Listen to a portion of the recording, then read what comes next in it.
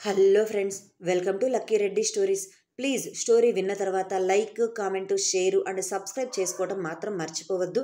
ప్రేమంటే ఇదేనా తరువాయి భాగంలోనికి వెళ్ళిపోదాం. ఆకాష్ ఒక చేతితో డ్రైవింగ్ చేస్తూనే మరొక చేతితో వర్ష బుగ్గ మీద చెయ్యి పెట్టి దగ్గరకు తీసుకొని, నాకు ఒక పని అప్పచెప్పారు కదా మేడం గారు, ఆ పని మీదే ఇప్పుడు ఇద్దరం బయటకు వెళ్తున్నాం అని అన్నాడు. భుజం మీద ఉన్నది కాస్త ఒక్కసారిగా లేచి, అంటే ఇప్పుడు మనం మేఘన దగ్గరకా వెళ్ళేది అని ఆశ్చర్యంగా అడిగింది వర్ష. ఆకాష్ నీరసంగా, అవును, లేకపోతే నువ్వు మరలా రూమ్లో గడిపెట్టుకొని దీక్ష చేస్తావు కదా, ఆ దీక్షను తట్టుకోవటం నా వల్ల కావటం లేదమ్మా, అందుకే ఇలా. వర్ష బాగా అంటూ అతని భుజం మీద కొడుతుంది చిన్నగా. అలా ఇద్దరూ కూడా నవ్వుకుంటూ బేకరీ దగ్గరకు చేరుకున్నారు.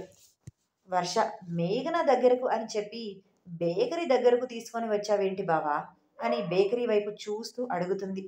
ఆకాష్, తను ఇక్కడే వర్క్ చేస్తుంది, అందుకే నిన్ను ఇక్కడికి తీసుకొని వచ్చాను, పద లోపలికి వెళ్దాం అని అంటాడు. అలా ఇద్దరూ కూడా బేకరీ లోపలికి వస్తారు. వర్ష, ఏంటి మేఘన ఇక్కడ వర్క్ చేస్తుందా, అది ఈ బేకరీలోనా అని అడుగుతుంది. ఆకాష్ అవును అంటూ ఇద్దరూ కలిసి ఒక టేబుల్ దగ్గర కూర్చుని చుట్టూ చూస్తుంటారు. ఆకాష్ అక్కడ భాషిత కనిపిస్తుంది ఏమో అని ఆ బేకరీ అంతా కూడా తన రెండు కళ్ళను తిప్పి చూస్తూ ఉంటాడు. వర్ష, ఏం చూస్తున్నావు బావా, ఎవరి కోసం అని అడుగుతుంది మేఘన కోసం ఏమో అని అనుకుంటూ. ఆకాష్, ఇక్కడ ఒక చిన్న పిల్ల ఉండాలి, తననే చూస్తున్నాను, లాస్ట్ టైం వచ్చినప్పుడు ఇక్కడే ఉంది అని అన్నాడు. వర్ష, ఇక్కడ ఎవరూ లేరు కదా అని ఇద్దరూ మాట్లాడుకుంటూ ఉన్నప్పుడే వాళ్ళని అక్కడ మేఘన చూసేసింది. వాళ్ళ దగ్గరకు వచ్చి, ఏం కావాలి సార్, ఏం కావాలి మేడం అని వాళ్ళు ఎవరో తెలిసినా కూడా తెలియనట్లుగానే అక్కడ పనిచేసే ఒక వ్యక్తిలా నార్మల్గా వాళ్ళని ఆర్డర్ అడుగుతూ ఉంటుంది.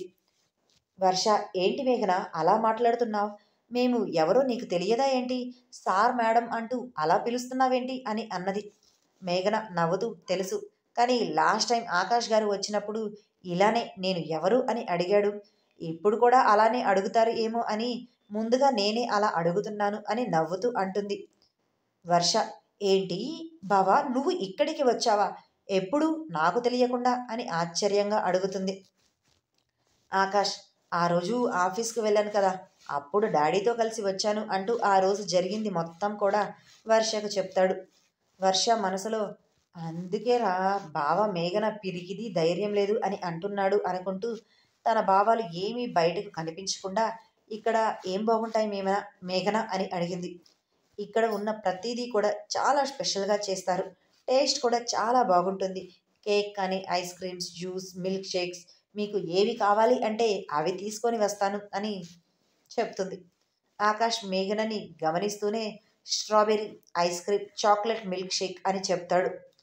మేఘన 5 నిమిషాల్లో తీసుకొని వస్తాను అంటూ లోపలికి వెళుతూ, అది ఆకాష్ గారు, ఆ రోజు నేను మీకు కనీసం థ్యాంక్స్ కూడా చెప్పలేదు, మీరు ఎవరో తెలియదు అనేసరికి ఆ షాక్లోనే ఉండిపోయాను, చాలా థ్యాంక్స్ అండి, నిజంగా ఆ రోజు మీరు నాకు చాలా హెల్ప్ చేశారు అని అన్నది. ఆకాష్ చిన్నగా నవ్వుతాడు ఆమె మాటలకు. మేఘన వాళ్ళు ఇచ్చిన ఆర్డర్ తీసుకొని రావటానికి లోపలికి వెళ్ళిపోతుంది.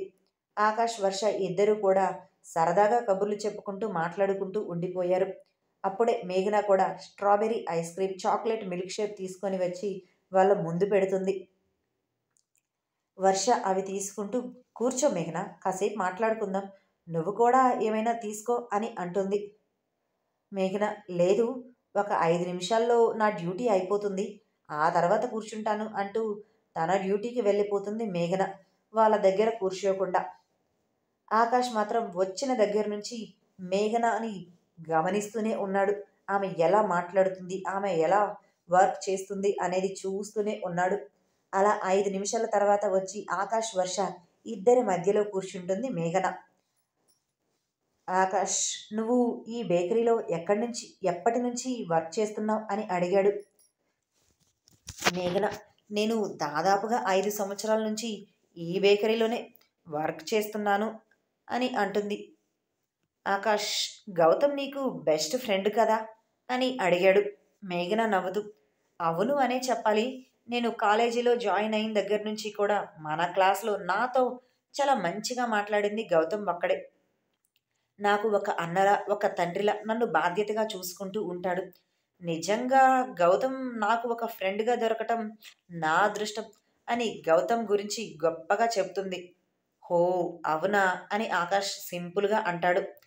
వర్ష వాళ్ళిద్దరి మాటలను వింటూ ఉంటుంది మధ్యలో ఏం మాట్లాడకుండా. అలా కాసేపు వాళ్ళతో మాట్లాడుకున్న తర్వాత ఆకాష్, వర్ష ఇద్దరూ కూడా అక్కడి నుంచి వెళ్ళిపోతారు.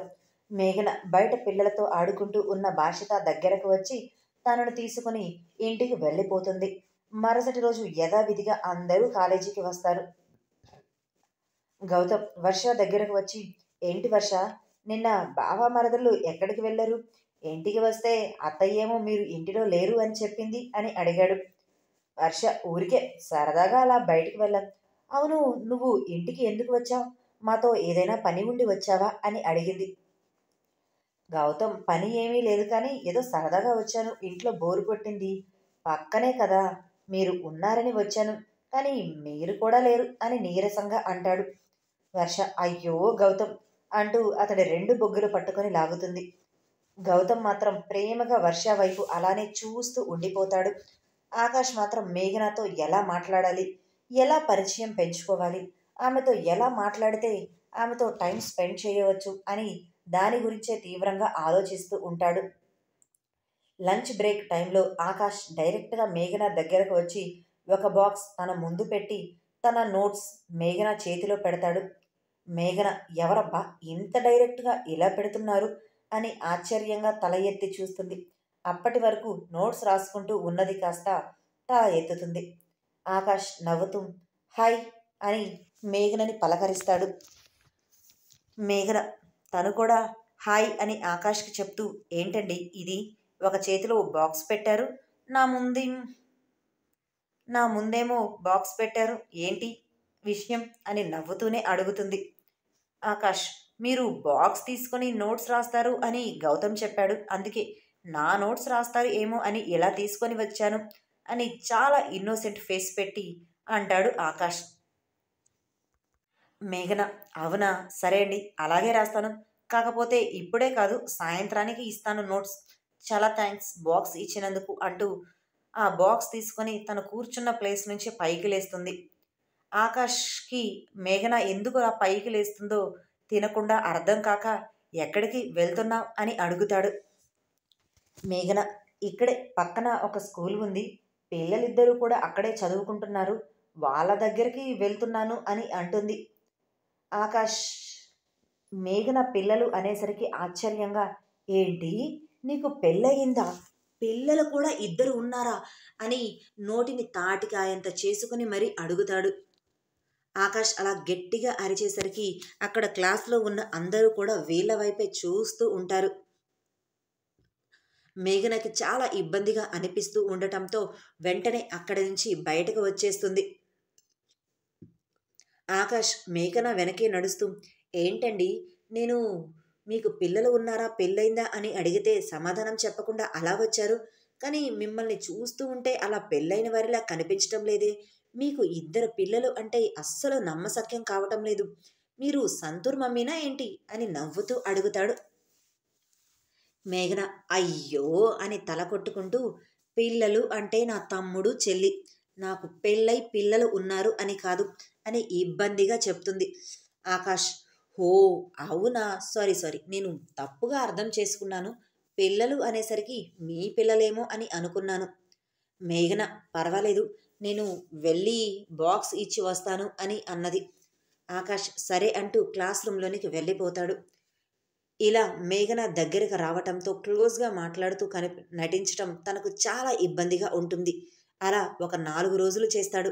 ఇద్దరి మధ్య మాటలు మాత్రమే ఉంటాయి. ఆ మాటలు కూడా ఏదో అవసరం కోసం మాట్లాడినట్లు ఉంటుంది తప్ప ఇద్దరికీ వాళ్ళ మధ్య ఒక ప్రేమ, ఆప్యాయత, బాధ్యత అనేది ఎటువంటిది కూడా కలగదు. రాజేష్, దినేష్ ఇద్దరూ కూడా ఆకాష్ మేఘనతో మంచిగా మాట్లాడుతూ ఉండటం గమనిస్తూనే ఉంటారు. వర్ష మా బావ ఒక్కరోజు కాదు ఎన్ని రోజులైనా సరే అలా మేఘనతో మాట్లాడినా తను ప్రేమలో పడదు, నా బావకు మేఘన ఐ లవ్ యూ చెప్పదు, చెప్పలేదు అని గట్టిగా స్ట్రాంగ్గా అంటుంది. అలా ప్రతిరోజు వచ్చినట్లుగానే ఆ రోజు కూడా ఆకాష్ మేఘన దగ్గరకు వచ్చి బాక్స్ ఆమె చేతిలో పెట్టి ఇంకో చేతిలో నోట్స్ బుక్ పెడతాడు. మేఘన ఆశ్చర్యంగా, అంతకుమించి అనుమానంగా, ఏంటండి రోజు బాక్స్ తీసుకొని వస్తున్నారు, నోట్స్ రాయమని అడుగుతున్నారు, అంతకుముందు ఎప్పుడు కూడా మీరు నా దగ్గరకు వచ్చి ఇలా నోట్స్ రాయమని అడగలేదే అని అడుగుతుంది.